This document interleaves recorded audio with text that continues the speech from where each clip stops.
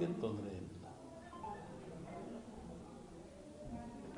ರಾಷ್ಟ್ರ ರಾಜಕಾರಣದಲ್ಲಿ ಇನ್ನೇನು ಕೆಲವೇ ತಿಂಗಳಲ್ಲಿ ಚುನಾವಣೆ ಬದಲಾವಣೆ ಆಗ್ಬೋದು.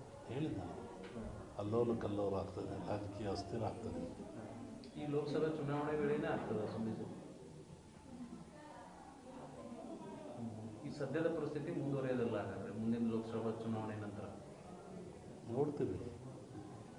ಹೇಳಿ ಇನ್ನೊಂದು ಸತಿ ಹೇಳ್ತೀವಿ. ಅದ್ರ ಬಗ್ಗೆ ಇನ್ನೂ ಕಾಲ ಅವಕಾಶ ಇದೆ. ಡಿಸೆಂಬರ್ ವೇಳೆಗೆ ಚುನಾವಣೆ ಬರ್ತದೆ. ನಾವು ವಾಪಸ್ಸು ಊರಿಗೆ ಹೋಗ್ಬೇಕು.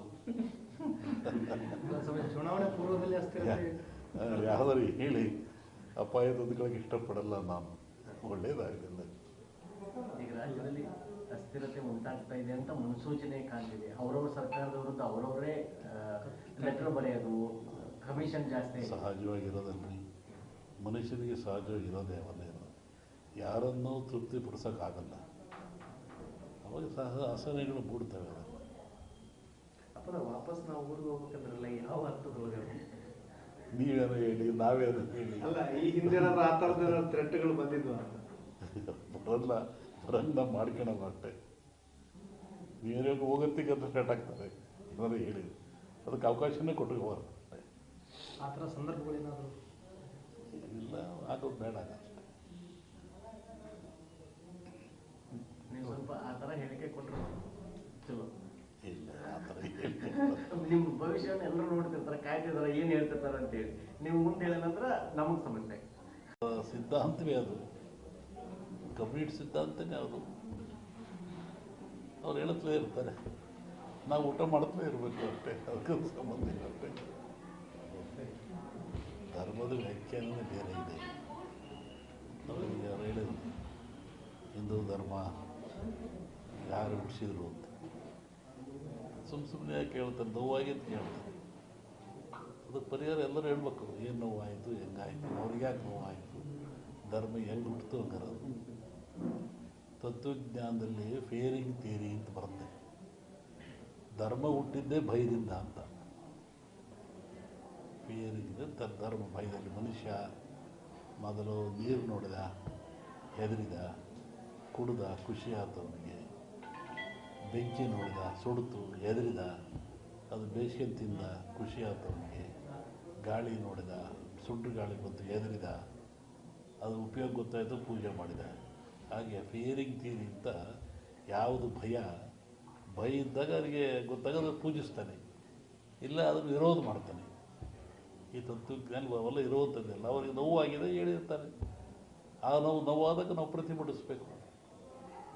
ಅದು ಹೇಳ್ಬೇಕಾರೆ ಯಾವ ತಿಳ್ಕೋಬೇಕು. ಅವ್ರಿಗೆ ನೋವಾದರೆ ಹಸ್ತವನಿಗೆ ಗೊತ್ತು, ಉಂಡವನಿಗೆ ಗೊತ್ತಾಗಲ್ಲ.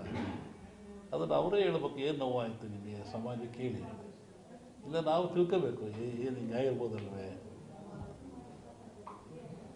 ಸಾವಿರಾರು ವರ್ಷಗಳ ದಾಸ್ಯ ಅನುಭವಿಸಿದವರಿಗೆ ಗೊತ್ತು. ಕೆಣಕೋದು ಬೇಡ.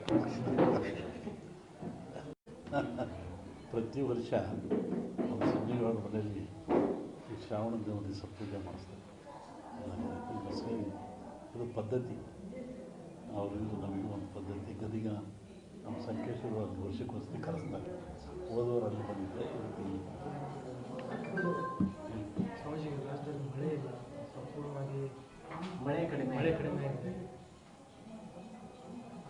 ಮನುಷ್ಯ ಎಷ್ಟು ತಪ್ಪು ಮಾಡಿದರು ಆ ಭಗವಂತ ಕ್ಷಮಿಸ್ತಾನಂತೆ.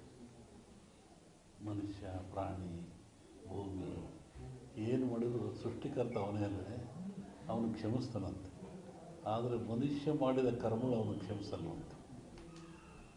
ಭಗವಂತ ಕ್ಷಮಿಸಿದರೂ ಮನುಷ್ಯ ತಾನು ಮಾಡಿದ ಕರ್ಮಗಳನ್ನು ಅವೇ ಕ್ಷಮಿಸಲ್ಲ. ಹಾಗಾಗಿ ಮನುಷ್ಯ ನೀರು ನೋಡಿದ, ಹೆದರಿದ, ಕುಡಿದ, ಖುಷಿ ಆಯ್ತು ಅವನಿಗೆ. ಬೆಂಕಿ ನೋಡಿದ, ಸುಡ್ತು, ಹೆದರಿದ, ಅದು ಬೇಸಿಗೆ ತಿಂದ, ಖುಷಿ ಆಯ್ತು ಅವನಿಗೆ. ಗಾಳಿ ನೋಡಿದ, ಸುಡ್ಡು ಗಾಳಿ ಬಂತು, ಹೆದರಿದ, ಅದು ಉಪಯೋಗ ಗೊತ್ತಾಯಿತು, ಪೂಜೆ ಮಾಡಿದ. ಹಾಗೆ ಫಿಯರಿಂಗ್ ಥಿಯರಿ ಅಂತ ಯಾವುದು ಭಯ ಇದ್ದಾಗ ಅವರಿಗೆ ಗೊತ್ತಾಗೋದು ಪೂಜಿಸ್ತಾನೆ, ಇಲ್ಲ ಅದನ್ನು ವಿರೋಧ ಮಾಡ್ತಾನೆ. ಈ ತತ್ವಜ್ಞಾನ ಅವೆಲ್ಲ ಇರುವಂಥದ್ದೆಲ್ಲ ಅವರಿಗೆ ನೋವಾಗಿದೆ ಹೇಳಿರ್ತಾರೆ. ಆ ನೋವಾದಾಗ ನಾವು ಪ್ರತಿಭಟಿಸ್ಬೇಕು. ಅದು ಹೇಳ್ಬೇಕಾದ್ರೆ ಆ ವ್ಯಕ್ತಿಲಿ ಏನು ನೋವು ಇರಬೇಕಲ್ಲ. ಹಾಂ, ತಿಳ್ಕೋಬೇಕು. ಅವ್ರಿಗೆ ನೋವಾದರೆ ಹಸ್ತವನಿಗೆ ಗೊತ್ತು, ಉಂಡವನಿಗೆ ಗೊತ್ತಾಗಲ್ಲ. ಅದನ್ನು ಅವರೇ ಹೇಳ್ಬೇಕು, ಏನು ನೋವಾಯಿತು ನಿಮಗೆ ಸಮಾಜಕ್ಕೆ ಹೇಳಿ. ಇಲ್ಲ ನಾವು ತಿಳ್ಕೋಬೇಕು, ಏನು ಹಿಂಗೆ ಆಗಿರ್ಬೋದಲ್ವೇ.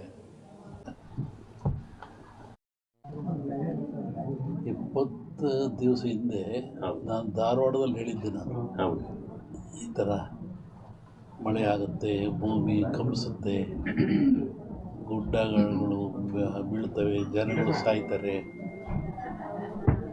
ರೋಗ ರುಜಿನಗಳು ಹೆಚ್ಚಾಗ್ತವೆ. ಇದು ಇಂಡಿಯಾಕ್ಕಲ್ಲ, ಜಾಗತಿಕ ಮಟ್ಟದಲ್ಲಿ ಕೆಲವು ರಾಜ್ಯಗಳು ಮುಳುಗ್ತವೆ ಅಂತ ಹೇಳಿದ್ದ ನಾನು. ಈಗ ಅದರ ಪ್ರಕಾರವಾಗಿ ನನ್ನ ಲೆಕ್ಕ ಇನ್ನೂ ಅಮಾವಾಸ್ಯೆವರೆಗೆ ಇರ್ತದೆ. ಅಮಾವಾಸ್ಯೆ ನಂತರ ಮತ್ತು ಬೇರೆ ಭಾಗದಲ್ಲಿ ಹೋಗ್ತದೆ ಅದು. ಒಟ್ಟಿಗೆ ಇದು ಕ್ರೋಧಿನಾಮ ಸಂವತ್ಸರ.